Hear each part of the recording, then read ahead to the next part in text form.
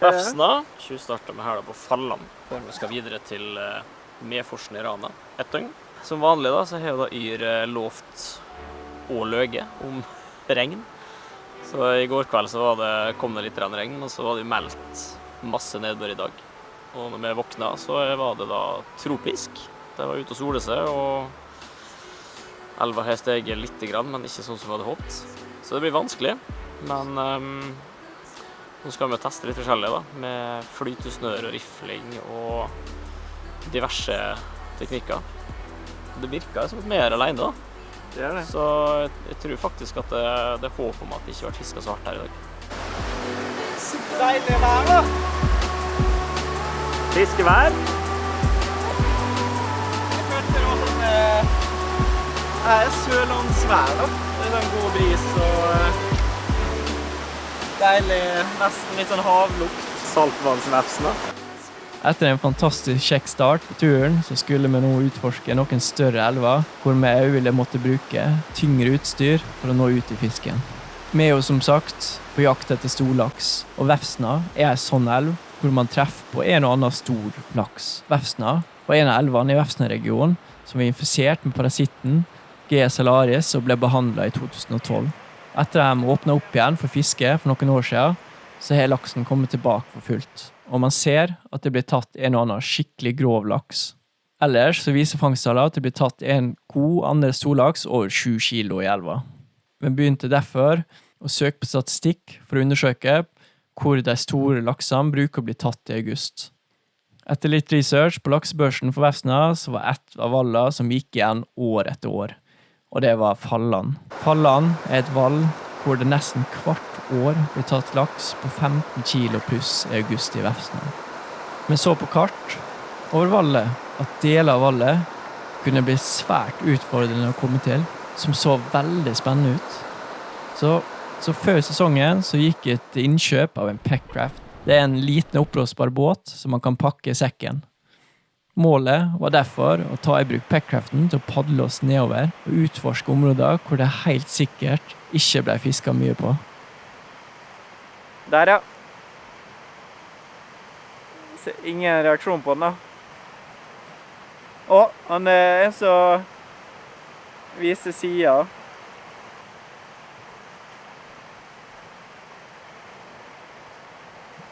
Tydelig at du skapte en reaksjon da. Jeg tror jeg kan gå enda en halv meter til. Nå traff du den på en måte midt i... Vi må enda litt lenger ut egentlig. Ja. Du traff den rett på snuten her.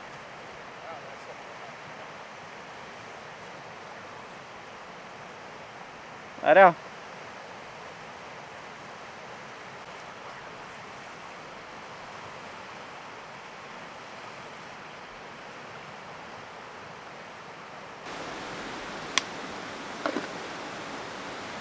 Hva er planen? Hemmelig flua til Helgedalen. Ikke så hemmelig lenger. Når jeg planlegger turene mine, så bruker jeg aktivt nettsida Bilder i Norge. Der har man mulighet til å sjekke bilder fra ulike år. Og på den måten så kan jeg finne gode bilder med ulike vannstander i elva. Brekket på Falland, det er en legendarisk plass med masse grov laks. Men her står det fiskere 24/7 som man skal ha litt flaks for å treffe laks som er interessert i å ta. Selv så har jeg hatt et par lykketreff her. Siden vi har med Peckcraft, så leter vi godt etter plasser på vallet hvor jeg kan tenke meg at det kan stå laks. Noe av det jeg leter etter på bildet er naturlige stoppeplasser og holdeplasser for laksen. Da leter jeg etter store steiner, tydelig undervannsstruktur, djuphåle og strømparti som kan være fine plasser fisken kan stå, mens den bruker minst mulig energi og har mest mulig skjul fram til gytinga. Jeg liker da å finne bilder som viser områder med både høy og lav vannføring. Hvis området har et parti hvor det stilles opp laks på lite elv, så er laksen sjelden langt unna også på høy vannføring. Så det gjelder ofte å finne de litt roligere områder hvor laksen kan finne skjul på høy vannføring, men som ligger i nærheten, og der den ville stått på lav vannføring. Ettersom Denne gangen her så det lav vannføring i elva, så blir det mer spesifikt fiske rettet mot disse plassene her, hvor vi tenker at det kan stå fisk på lav vannføring. Etter dialog med en trønder, så fikk vi tips om at det sto tjukt med laks ned på et brekk. Det er dårlig stivalg. Så vi tok beina fatt mot første område som vi tenkte vi måtte få utforsket.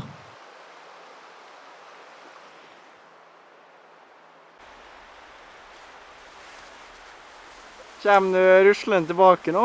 Lurte i Patrick opp i skauen her. Jeg var ikke forberedt på fjelltur i dag. Det bør jo være fiskbart. Håper det.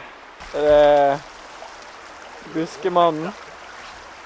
Nå kommer vi oss i hvert fall ned en elvedal. Henger du fast da? Vi så fisk. Det var ganske stille her, men Jeg tror det går bra. det var ganske nydelig her. Kan det være å trekke litt grann, da? Jeg tror ikke det fisker hardt her, da. Nei, her tror ikke jeg mange gidder å gå. Nei. Så Nei, det tror jeg ikke. vi gir det et sveip.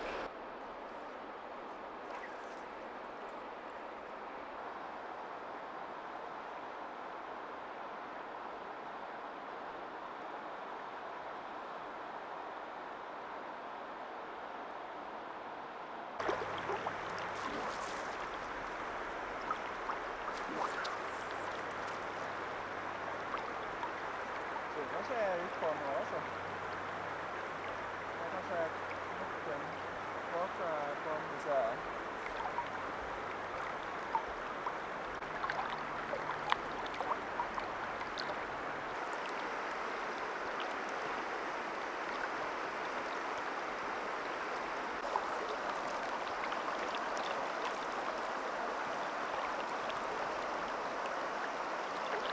Nei, det her var en tragisk plass. Vestbekk. Ja, den plassen her da, fikk jeg tips av en trønder på en fest. Men jeg skjønte jo at jeg skal aldri stole på en trønder.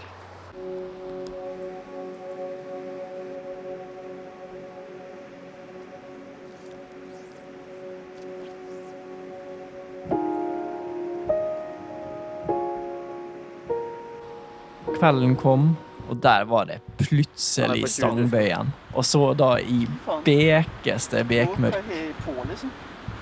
Hva har jeg på? Står bare bom. Det er sånn HI3. Men nå står han bare... Men det er fisk, altså. Er du sikker på det? Jeg er rimelig sikker, altså. Jeg satt fast der i stad. Gjorde det? Ja.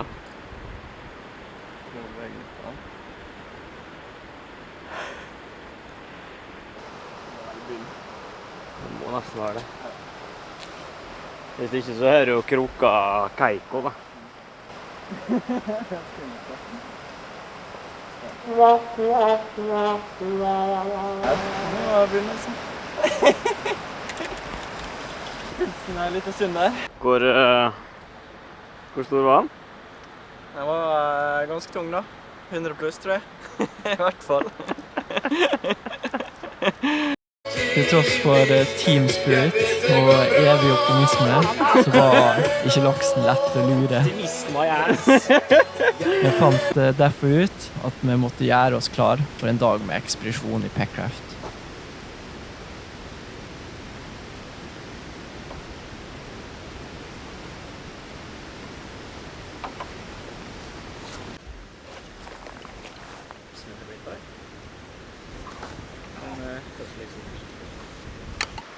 Da er vi klar. Når vi er pakket, fått på oss utstyr, skal vi ha med oss Packraft. Skal vi prøve å padle ned nok stryk så ikke er så veldig mange fisker. Spesielt her i Vefsna, da, der du har en del parti som mest sannsynlig aldri blir fisket. På grunn av at det er uframkommelig med mindre du har båt da, eller Packraft. Og her er det ikke båtvanlig, så da med Packraft så kommer vi til plasser der andre ikke kommer til. Da. Mm. Og da føler jeg med en gang veldig trua, spesielt nå sent på sesongen. Ja. Fisk som står og ikke ser et redskap på, kanskje ganske lenge. Kult da. Da blir det kult. Guideline lanserte i våres et genialt konsept. ULBC, Ultralight Backcountry-konsept som utviklet spesielt da med tanke på fiskere som ønsker å spare mest mulig vekt og plass når de legger ut på lengre fisketurer med sekken. Vi har derfor fått testet en del av disse produktene her i denne serien. Og blant annet testet jeg en 35 liters dagstursjekk og ULBC Vadra. Vi pakket med oss, og det var ingen problem å få med seg både stor packraft, fiskeutstyr, mat og ekstra klær og kamerautstyr. Og de lette, tynne, men robuste ULBC Vadraen, det var helt konge å gå med nå i den varmen.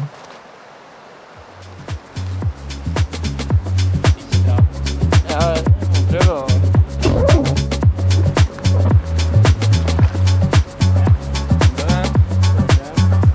Det er bare å få ut Dorga.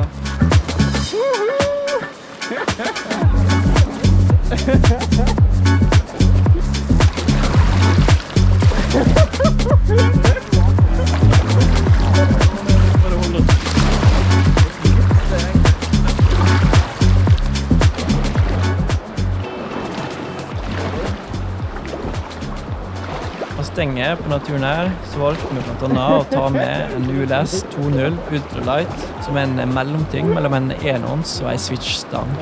Vi brukte en klasse 8-stang i 11 fot, som er rigget med en 3D Plus Compact til flyt synk 1, synk 3. Med flyt synk 1, synk 3 så fisker vi ikke så dypt, men ganske nært overflata.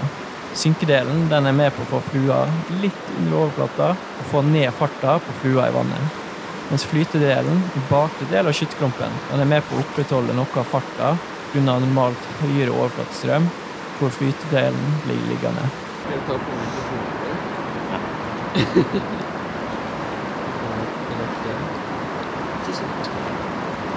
Padle så lenge.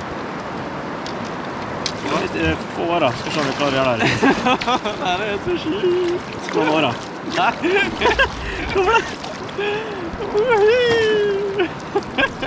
For de stoler ikke på det, derfor. Jeg vet det.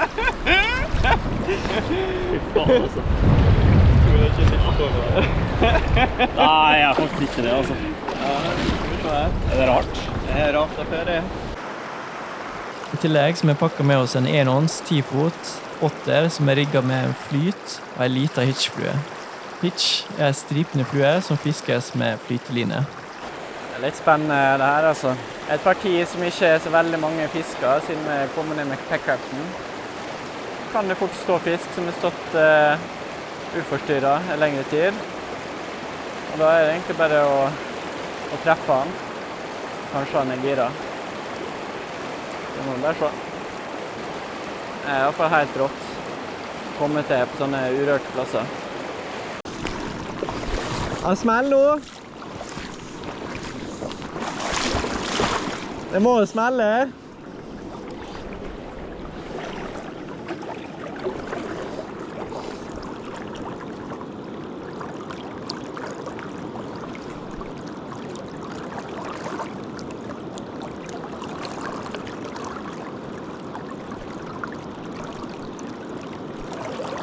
Åh! Åh!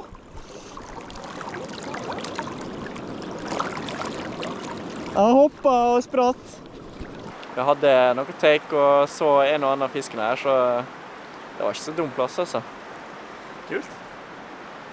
Dritkult. Ja, det kan rulle her. Så jeg kommer i land i Mosjøen, og du bare ruller opp igjen. Her er det ikke svart her. Jeg skal ikke vi lande der nede, da. Eller er det best å gå ned? Nei, det er det. Oi. Det er så djupt. Bare få oss inn her, du. Stresser du? Særskilt i stor, ikke 100%. Det er klart at det er. Så god er ikke livsforsikringen min. Nei, få oss inn. Nei, men jeg skal stå her. Nei, seriøst, få oss inn på.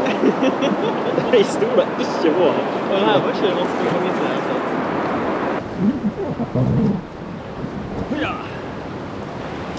Etter Patrick sitt ønske og dårlig livsforsikring, så bærte vi packraften over noen av strykene. Brekket der er jo fint, da. Her så bruker vi en Bullet 2.0 som er et vevsnøre vi er blitt veldig glad i til dette type fiske. Hitchflua den varierer med lengda, farge og tjukkelse på etter forhold. Desto mer overflateturbulens, desto lengre hitchflue bruker vi.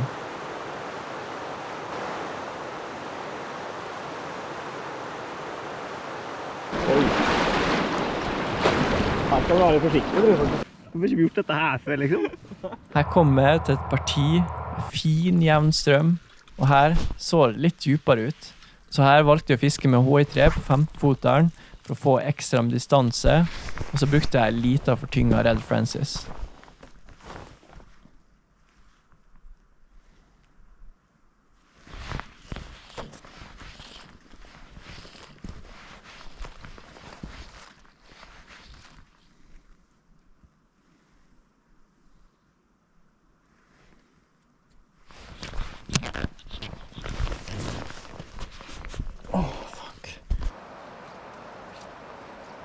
Nå skal vi til Rana i morgen, men det er litt irriterende når vi snakker nå med noen kompiser som er i Gaula, og der er elva gått opp fra sånn 60 kubikk opp til 200, og er fortsatt stigende.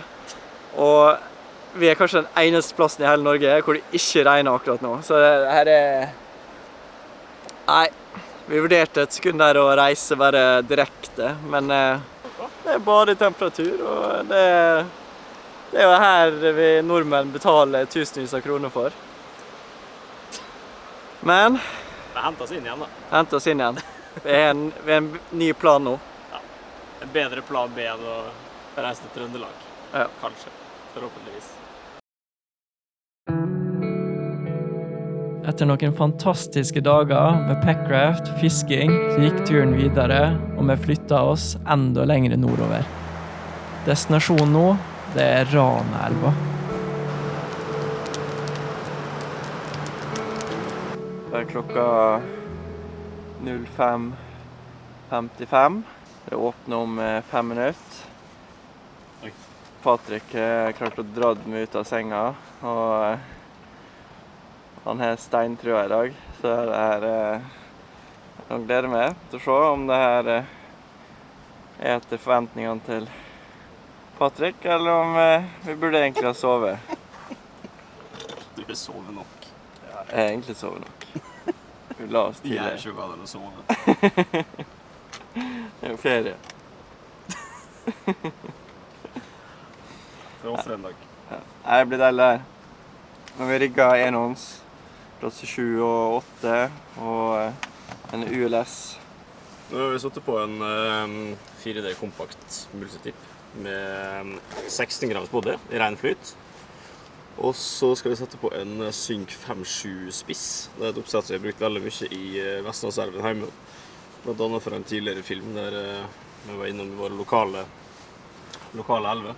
Det er et oppsett som funker veldig fint på blanke elver av en eller annen grunn. For spissen er jo 5.7. Synk mye, men plasker relativt lite. Så det skal jeg prøve nå. Brekket her er jo veldig djupt. Sist jeg var her, så tok jeg på laks på et lignende oppsett. Kaste ut, og så bare trekke rolig inn. Ranaelva, det er kraftig regulert elv. Og når vi er her nå, så er vi på minstevannføring. Fordelen med å fiske i Ranaelva i dag er nok at alle uregulerte elver i området har enda mindre vann enn minstevannføringa som de nå kjører på i Rana. Det er jo litt kaldere her i elva, og de andre elvene vi fisker på naturen her. Ranaelva, som er i nå, har med flere anledninger blitt trotnonbehandlet mot G. salaris. Først i 2003 og 2004, på nytt i 2014 og 2015, etter at det igjen var påvist smitte. Nå så gjennomføres det reetablering for å få igjen laksen og sjøørreten tilbake i Ranaelva. Og skikkelig mengde med tilbakevandrende mengde med laks og sjøørret er latt seg vente hvis man ser på fangstdataen. Patrick, han starter med første sveip på morgenen her, og han begynner å fiske med en hitch. For å få den karakteristiske gangen til hitchflua, så har vi laget et hull enten på siden eller under flua. Vi er nok mest glad i å ha hullet under, for da trenger man ikke å bytte hull etter hva side man er å fiske i elva. Men noen hitchfluer har hekkel på undersiden av tuben, og da kan det faktisk være greit å ha hullet på siden. Som du ser, så kaster han over hodekast litt nedstrøms for å få oppdrift på hitchen.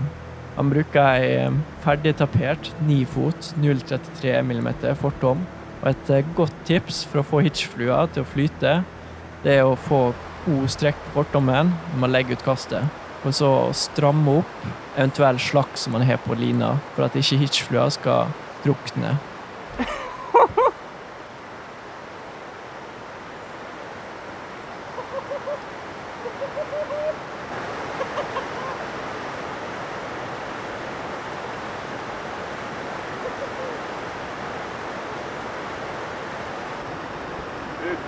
Det er kult, da. Det er så fin elva. Fy søren.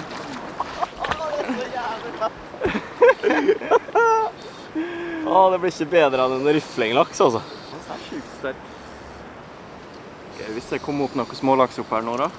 Ja, det er sikkert det, vet du.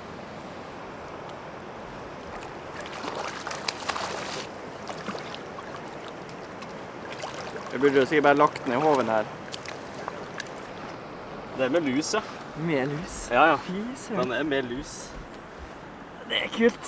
Det er kult. Fy søren. Dette er sykt. Første sveip på morgenen. Sveipe med rifling. Rifling. Klasse 7. Faen. 10 fot. 1-11. Fy søren. Bullet V2. Det er bulletsnøre, altså. Ja. Det er ikke noe som slår det, altså. Jeg tror det er 6. Rifling hitchlaksen min på bullet VF-snører. Ja, kom et. Det er så kult! Det er kult. Fy! Plassen vi fisker av nå er et brekk med masse undervannsstruktur, med berg som skaper mange fine lommer og områder hvor laksen kan stille seg. Jeg hadde andre runde og tenkte derfor at det kunne være greit å prøve en runde til med hitch. Jeg fikk ikke lurt noe laks, men laks, det var det på brekket.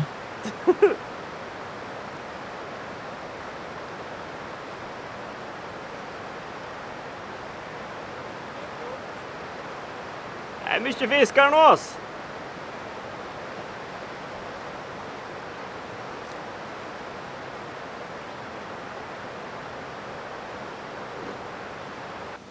På samme vallet så har vi jo et øvre parti.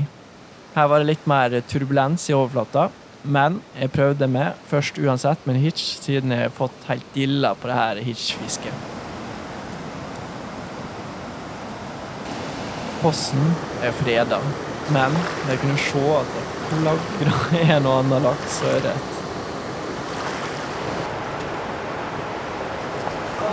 Er det kaffe?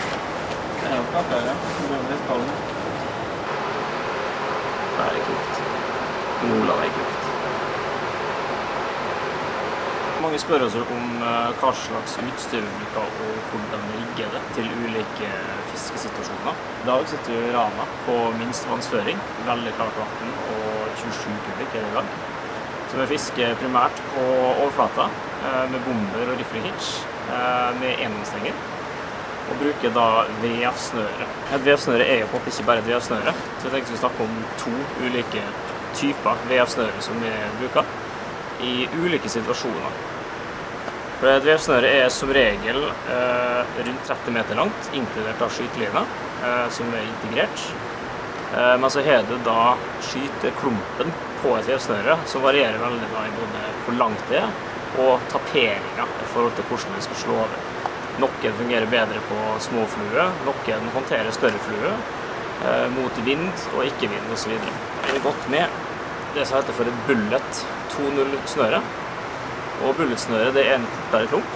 Den her er da 9,25 meter og har en raskere tapering som gjør at den slår over nå i dag, selv om det er ganske mye vind, mot vind. Så fungerer den her godt selv om du får vind imot. I utgangspunktet så bruker bullet med kortere klumpen i mindre elve og på kortere kastelengde. Og spesielt i situasjoner der du må ha speilkasting og vegetasjon bak det. Det er det beste snøret jeg har brukt på speilkasting i elve.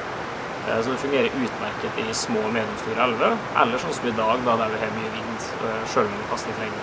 Der du har litt rom rundt det, så fisker stort sett med det som heter et forecast VF-snøre.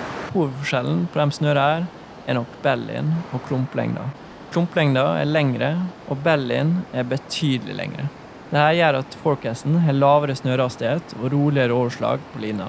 Dette gjør at man med forecasten normalt vil kunne kaste en lina her lengre enn bulleten. Når laksen ikke tek, så gir den ikke med en gang. I dette tilfellet her, så måtte jeg gruble. Og jeg kom fram til at jeg måtte gå til det drastiske tiltaket og sette på en kursk. Kursken, den er designet til å fiske dypt som en nymfe, men den er veldig tung sammenlignet med en nymfe og gir et masse større og tydeligere uttrykk på fisken. Jeg har satt på en Red Francis-utgave og en kursk og bruker enkeltkrok for å redusere sjansen for feilkroking og for å sette meg fast. Jeg bruker en 12-fot fortom som tilsvarer ca. 3,7 meter, så når jeg kaster opp strøm så lar det her synke i kombinasjon med å bruke en flytlinje, så kan jeg fiske helt ned på 3,7 meter djup.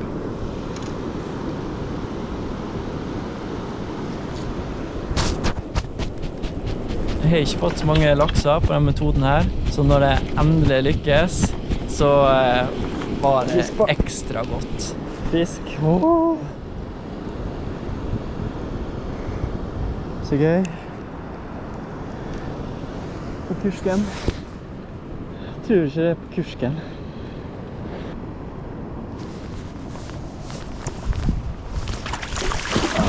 Skal vi gå. Det var digg. Det var gøy. En liten en, men fy søren, det er gøy når man får knekken og begynner å prøve mye forskjellig, og så tar det til slutt. Det er kult.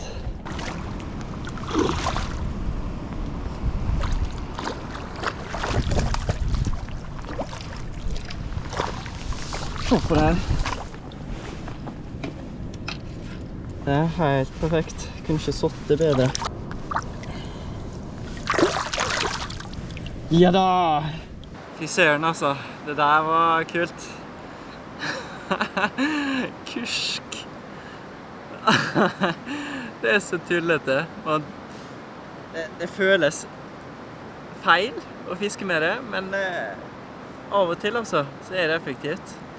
Jeg fikk jo en i fjor på samme greia, og det stod bare og kastet, la det slippe, fiske med en flytbody, lang fortom, og så slipper jeg det bare ned, og så der jeg vet fisken står, da heller jeg det bare litt igjen, sånn at kursken begynner å stige, og da satt den altså. Så, nei, fy søren altså, det er gøy. Nå har vi hatt fisk på både på hitch og bomber, og Patrick fikk seg en på hitch, og det var jo helt rått, det taket der. Og nå jeg mistet en på hitch, og Patrick han hadde jo flere etter på bomberne, så nei, fy søren, det er rått. Det er så lite vatten, men fortsatt, det er helt sjukt. Gaula i dag at det er over 1200 kubikk, og her er vi på minste vannføring i Nordland. Det er så kontrast. Men det er Nordland, det leverer gang på gang. Det er gang på gang, altså. Fy søren. Er det bomberlaks?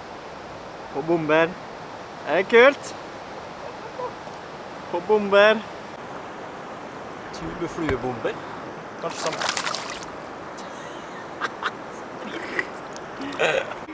Det var en del smålaks og sjøørret på vallet, og det ble en del action med fangst av både små sjøørret, men vi koset oss så inn i heite. Og så når mørket kom, så var det bra med liv. Men det virket som det meste var smått. Samtidig som det var tørke i Nordland, så hadde det jo regnet voldsomt i Trøndelag. Men jeg bestemte oss derfor for å kjøre sørover, og fikk derfor fisket et par dager i Stjørdalen, Gaula og Synkenelv. Dette skulle vise å være et smart valg, og vi ble belønnet med noen dager med svært godt fiske. Men fortellingene fra Trøndelag, det hører til en annen historie. Lærdom på denne turen her, det er at du skal nyte hver en dag, reise rundt for å holde oppe motivasjonen, og fiske småelver hvis det er trått med action. Og ikke minst, fiske etter sjøørret mørke, for det er undervurdert.